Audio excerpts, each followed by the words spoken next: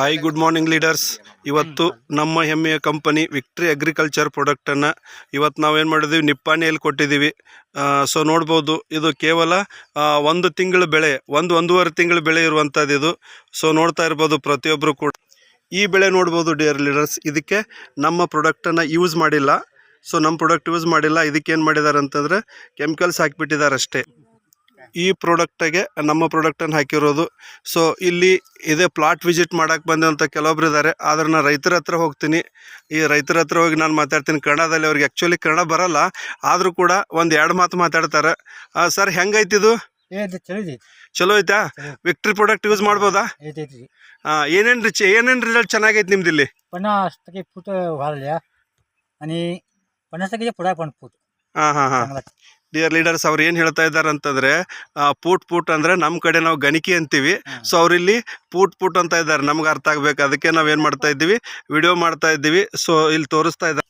So ಈ ಗಣಿಕೆಯನ್ನು ತೋರಿಸ್ತಾ ಇದ್ದಾರೆ. ಅಂದರೆ ಇದು ಎಷ್ಟು ದಪ್ಪ ಐತಿ ಅದನ್ನು ತೋರಿಸ್ತಾ ಇರೋದು ಅವರು. ಗಣಿಕೆ ಇವತ್ತು ಮರಿಗಳೇ ನೆನೆಸ್ತಾ ಇದ್ದಾರೆ ನೋಡಿ. 2 3 4 5 6 7 ಮರಿಗಳನ್ನು ಆಗ್ತಾ ಇದೆ. ಇದು ಇನ್ನೂ ನಡೆದಿದೆ, ಯಾಕಂದರೆ ಇನ್ನೂ ನಮಗೆ 1.5 ತಿಂಗಳು ಪ್ರಾಡಕ್ಟ್ ಇದು, ಬೆಳೆ ಇದು.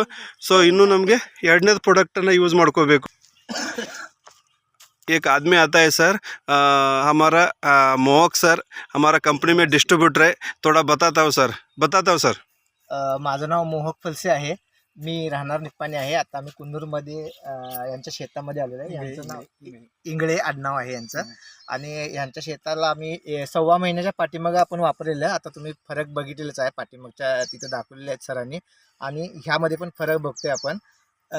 काहीच ऊस जमिनीतून दिसत नव्हता, तो आता 1.25 महिन्यामध्ये आता पूर्ण शेत हिरवं गार आणि भरून दिसायला लागले. आणि फूटसुद्धा भरपूर झालेले आहेत.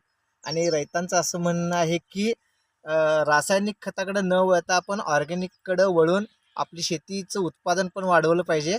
आणि आपल्या खर्चामध्ये पण म्हणजे थोडा खर्च कमी पण होतो आहे. त्यामुळे आपला तो खर्च वाचवणे म्हणजे पण फायदाच आहे, ते आपण वाचवायला पाहिजे. Okay, thank you Mohak sir.